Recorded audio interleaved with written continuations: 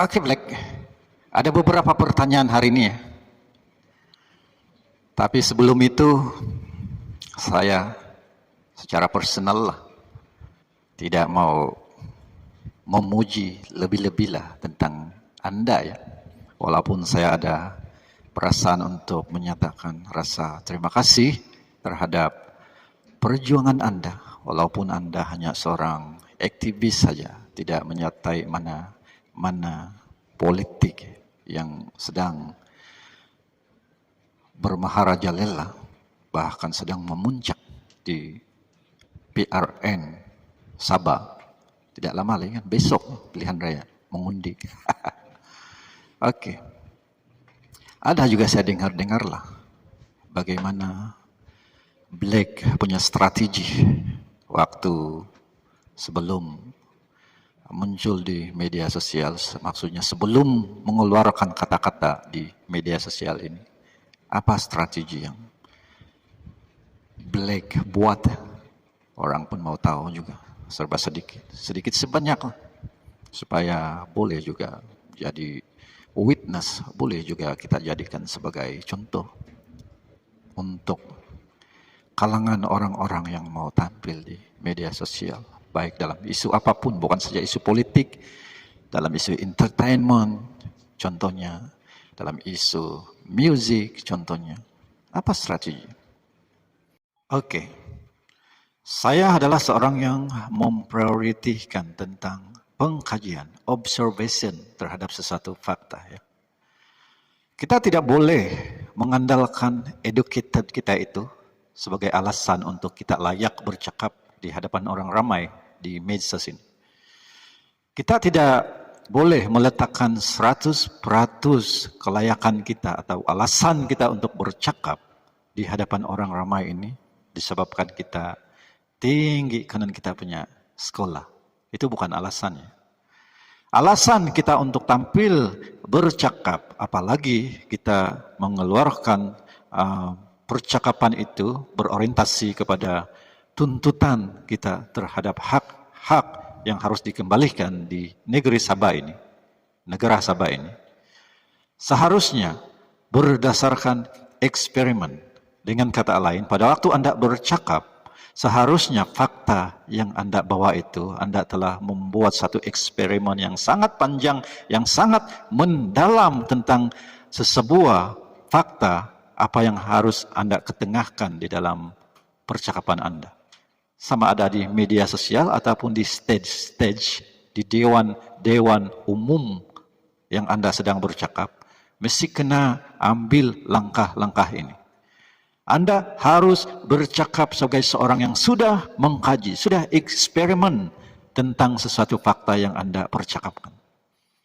Dan bukan berdasarkan Anda bercakap atas alasan Anda itu educated, Anda itu tinggi sekolah, Anda itu mempunyai gelar itu dan ini, tetapi tidak pernah mengkaji fakta yang Anda sedang percakapkan.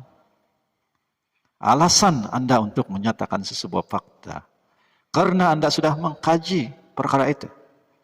Jangan Anda bercakap soal ME63 dengan lantang, dengan panjang lebar, tetapi Anda tidak pernah mengkaji isu itu, fakta itu. Itu yang sangat penting.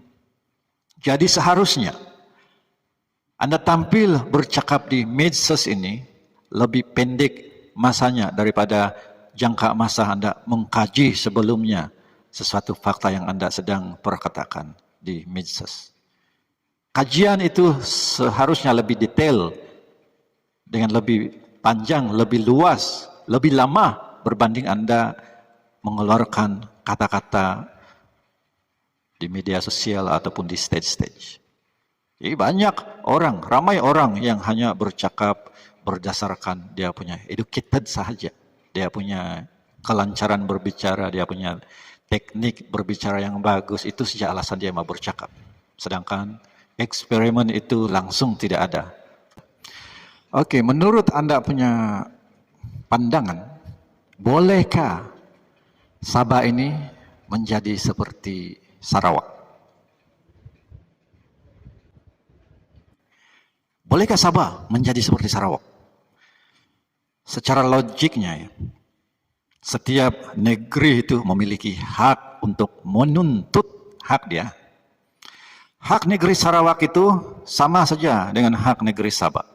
Sama-sama perlu dituntut, sama-sama penduduk di antara dua negeri ini memiliki hak untuk menuntut hak kita. Jadi, siapakah orang yang berhak untuk menuntut sesebuah tuntutan yang perlu dituntut?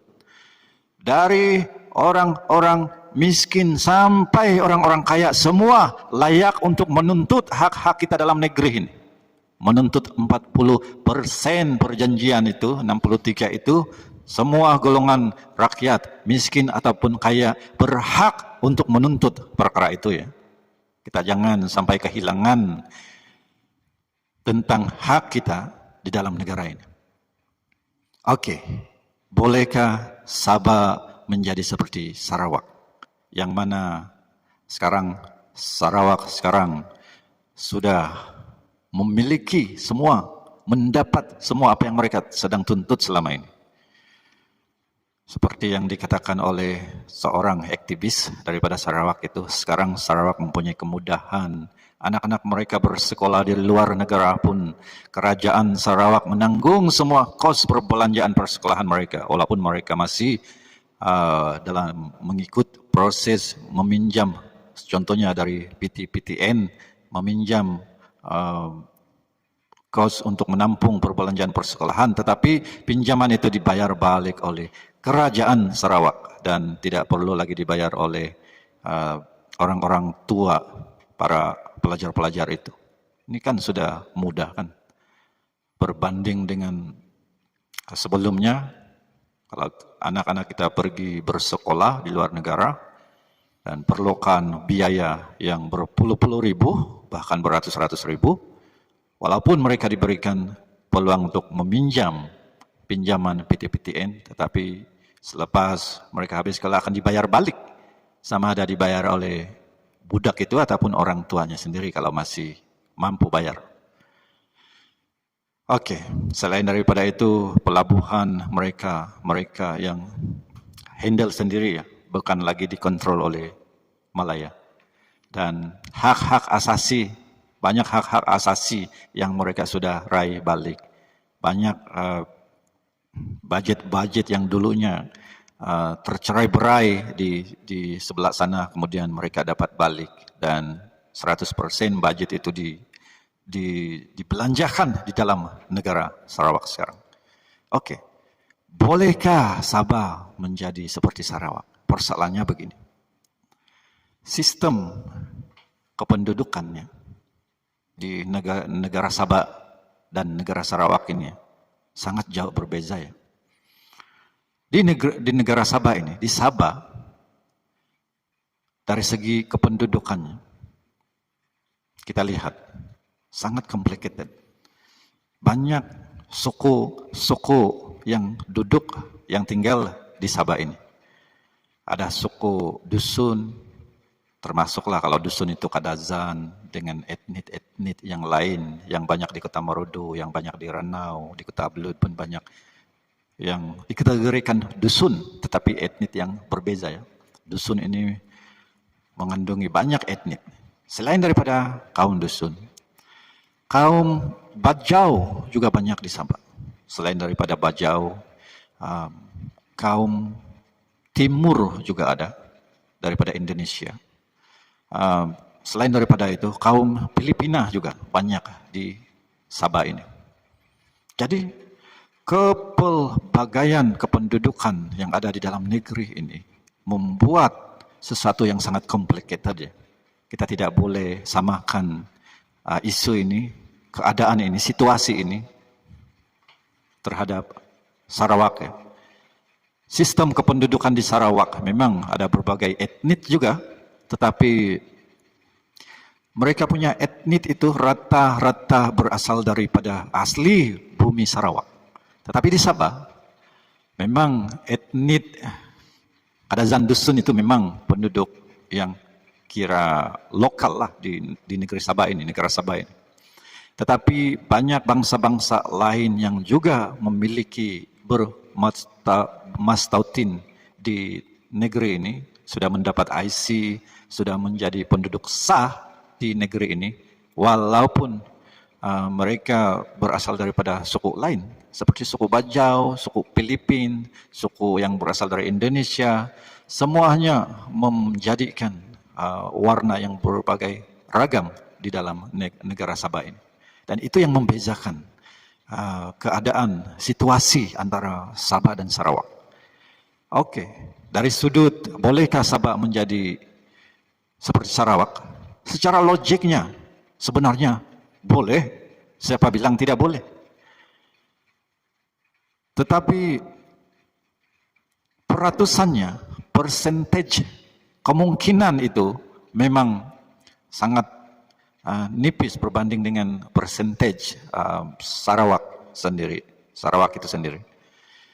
Karena itulah yang saya sebut tadi, dari segi kependudukan, dari segi latar belakang orang-orang yang menduduki negeri Sabah ini berbeza. Sangat-sangat berbeza ideologi, berbeza budaya, culture, berbeza dari segi pemikiran, berbeza daripada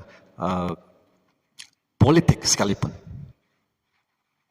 Karena pada waktu orang-orang, contohnya lah, orang-orang kaum dusun ini berkata, Sabah ini kami punya. Maka yang etnik yang lain itu, suku-suku yang lain itu berkata juga, Sabah ini kami punya juga, kata mereka. Dan Sabah ini kami punya, di dalam pemikiran mereka, mengandungi makna yang sangat-sangat individual, sangat-sangat tersendiri bagi mereka. Sabah ini kami punya, itu menurut mereka. Mereka pasti terlintas di dalam pikiran mereka ini kaum Kadazan Dusun itu merupakan etnik bangsa yang kedua di dalam negara Sabah ini. Sabah ini kami punya sesuai dengan pola pemikiran mereka, seakan-akan mereka yang punya hak yang besar di dalam negeri ini. Kadazan Dusun itu nomor 2 atau nomor 3 atau nomor 4 begitu. Jadi sistem pemikiran itu memicu kepada sesuatu yang complicated sedikitlah. Sebab maklumlah, setiap suku ini mempunyai mental yang berbeza-beza, mempunyai ambisi-ambisi yang berbeza, mempunyai persepsi yang berlain-lainan tentang pandangan mereka tentang negeri ini. Saya yang punya hak besar, kata suku yang satu. Suku yang lain lagi menganggap saya yang mempunyai hak yang besar, otoriti yang besar di dalam negeri ini. Jadi berbagai-bagai pahaman politik, pahaman budaya, pahaman dari segi sosiologi, itu berbeda-beda di dalam negeri ini. Itu yang membuat complicated sedikit dalam negara Sabah sebenarnya. Tetapi itu bukanlah sesuatu yang meletakkan kemungkinan untuk Sabah boleh menjadi seperti Sarawak. Okay, Black, thanks a lot of your explanation. Sudah panjang lebar ya, Black, kita bercakap. Okay. Nampaknya sebahagian besar daripada isi percakapan kita hari ini berorientasi kepada mendorong penduduk-penduduk di negara Sabah ini untuk terus bersatu, satu visi, satu pandangan, satu politik. Walaupun memang tidak dapat dinafikan bahwa pergeseran, clash antara sesebuah kaum itu mesti adalah yang tersirat di dalam hati itu memang tidak lari bahwa mereka harus menjadi sebuah kaum yang spesial di negara Sabah. Tetapi itu sebenarnya kita boleh pikirkan kemudiannya. Di masa-masa final penentuan politik nasib di negeri Sabah ini, karena pada hari esok akan mengundi kan, seharusnya orang-orang yang duduk di negara Sabah sekarang ini bersatu untuk memberikan sokongan ya terhadap parti-parti lokal lah. Kita harus perjuangkan ini karena parti lokal ini memperjuangkan tentang keamanan, kedaulatan, tuntutan hak-hak kita yang ada di negeri Sabah ya. Oke. Congratulations karena Anda memilih dengan bijak dan membuat keputusan yang betul-betul bernas untuk kebaikan dan masa depan negara kita Sabah terus maju jaya.